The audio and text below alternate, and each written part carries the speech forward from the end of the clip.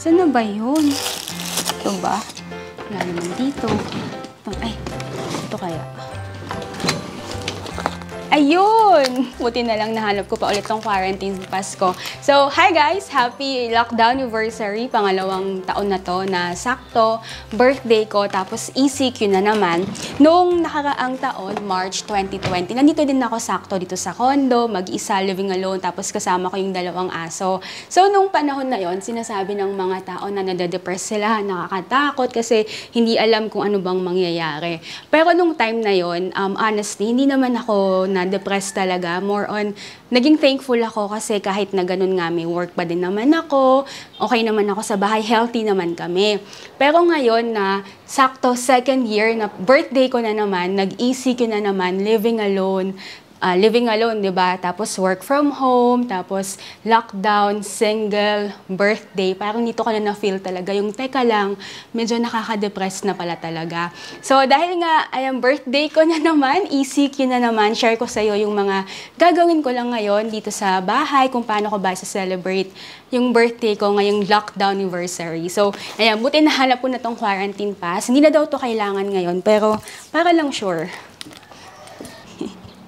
So, nung nag-start yung ECQ nung March 2020, parang ang dami nating na-discover na hobby pala natin, like magluto, mag-bake, yung iba naman, maghalaman. So, ang daming mga naging plantito tsaka plantita.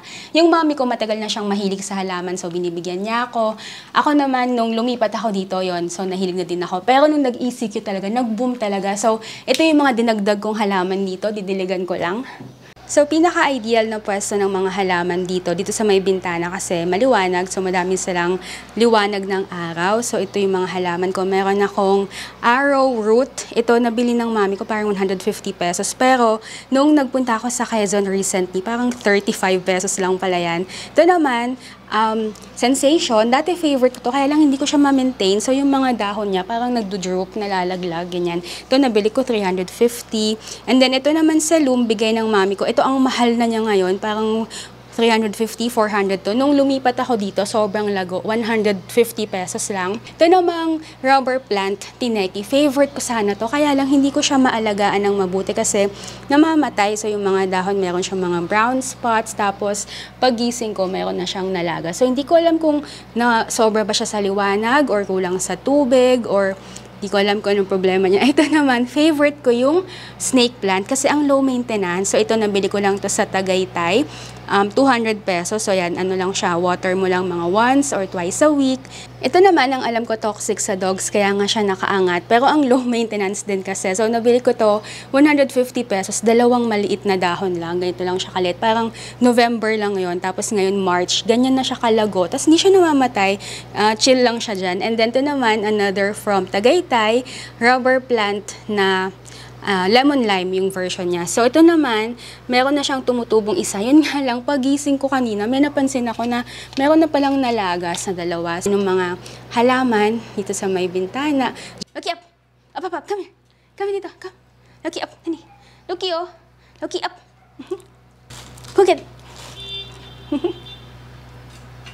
Nakakita ka na ba ng aso na merong favorite color? Alam ko kasi yung mga dogs medyo color blind or may specific na kulay lang, halimbawa yellow or blue, yun yung sa pagkakaalam ko. Pero itong aso ko, si Loki, itong kulay brown na Shih Tzu, ito palang black, si Fluffy, Shih Tzu Poodle naman. So ito, ang weird niya, kahit na yung mga gamit, iba-ibang kulay, lahat ng purple, yun yung kukunin niya. Halimbawa, ito yung subo niya kanina, ito yung pinaka-favorite niya. Kahit na madami dito sa basket ng mga aso, yun yung lagi niyang kinukuha. And then ito, yung tumutunog-tunog, favorite din yan. Tapos minsan ang weird, kahit na mga mabibigat na bagay, or kahit na ano, basta purple, tulad nitong dumbbell, minsan kinukuha pa din niya. So yun, na-share ko lang na nakakatuwa yan si Loki. So ang ginagawa ko pala sa mga dogs ko, meron silang basket, andito lahat ng toy niya, toy nila, para mas maayos siyang tignan. Ayan. So pag gusto nilang maglaro, dito na lang nila kinukuha lahat ng toys. Ayan, halika. Yay!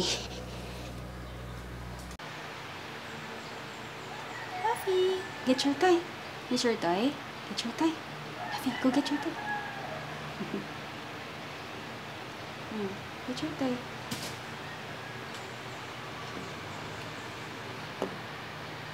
Ito naman si Fluffy, kulay pink yung mga gamit na binibili namin sa kanya. Pero napansin ko, mas gusto niya kapag yellow, tulad na lang nito.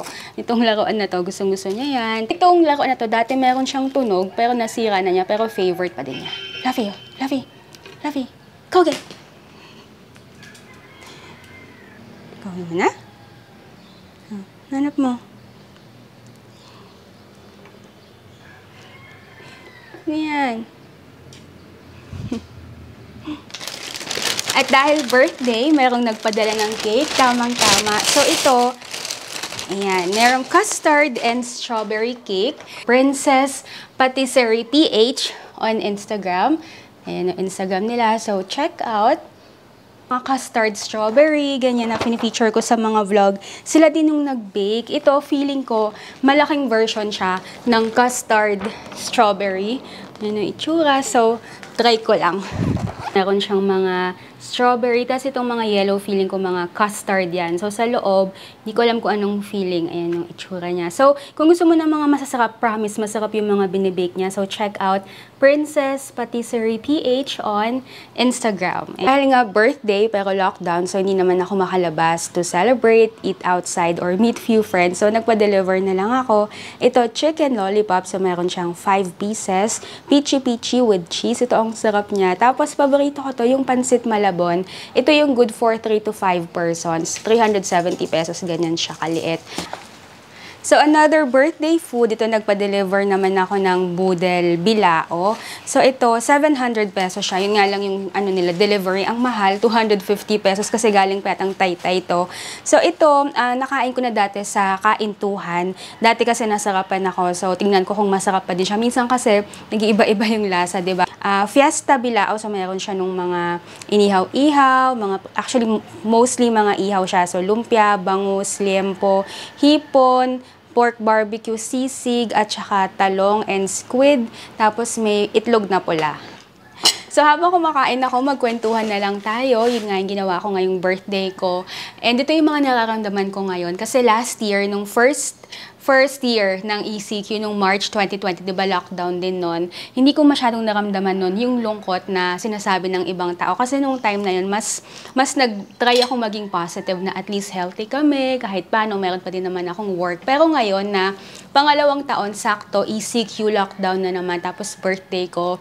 And then yun nga, ang mga concern ko kasi single, living alone, work from home, pandemic lockdown, at saka birthday.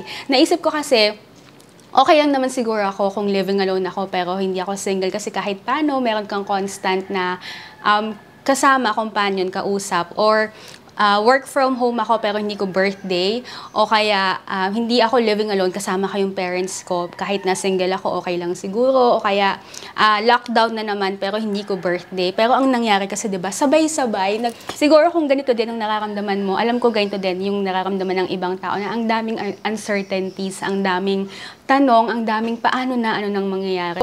Kahit na mahirap, sinusubukan ko na lang isipin na siguro merong dahilan. Siguro after this, kapag nahanap ko na yung talagang para sa akin, magiging thankful na lang ako na buti na lang naghintay ako kasi worth it pala talaga in the end. So, yun, ganun ko tinatry ibahin yung mindset ko. Parang may maingay sa labas. So, dahil nga birthday, syempre hindi mawawala ang unboxing. So, ito, sakto. Pagkatapos kong kumain, merong dumating package. So, mag-unbox lang tayo. Ito ay galing sa studio. Actually, naka-open na siya kasi kanina pa ako nag-film ng legit na unboxing. Pero wala pala akong mic. So, ngayon, hopefully, meron na akong mic. So, ito ay ang Studio Wireless Earphone. Ito yung kanilang Neo na version. Ito, affordable lang siya. Magugulat ka. Tapos, meron pa akong discount code. Mas magiging affordable siya. So, ito yung itsura niya. Kung gusto mo nung Apple earphones, pero hindi mo siya ma-afford kasi ang mahal masyado, ito yung mas murang version, pero maganda pa din naman ang quality. Ito, pangalawang studio ko na to. So, ito yung itsura niya. Maliit lang siya. So, kasyang-kasya sa bulsa or sa kamay mo, hawakan mo.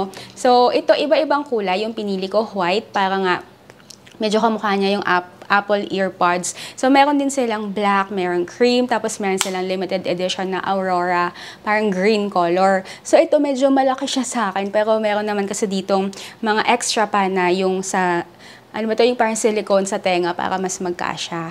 Yan. Tapos, kung gusto mo itong ma-avail, meron akong discount code, makaka-avail ka ng flat 15% para sa all products. Hindi lang dito sa earphones ito, kahit sa ibang earphones ng studio. So gamitin mo discount code ko, Real Asian, para sa 15% off all products, free shipping, and then 3 years warranty. Kahit na ganun nung nafe-feel ko these days na nakaka-depress, nakakalungkot, parang meron akong hinahanap. Lalo na ngayon nga na birthday, lockdown, single, parang nagsama-sama.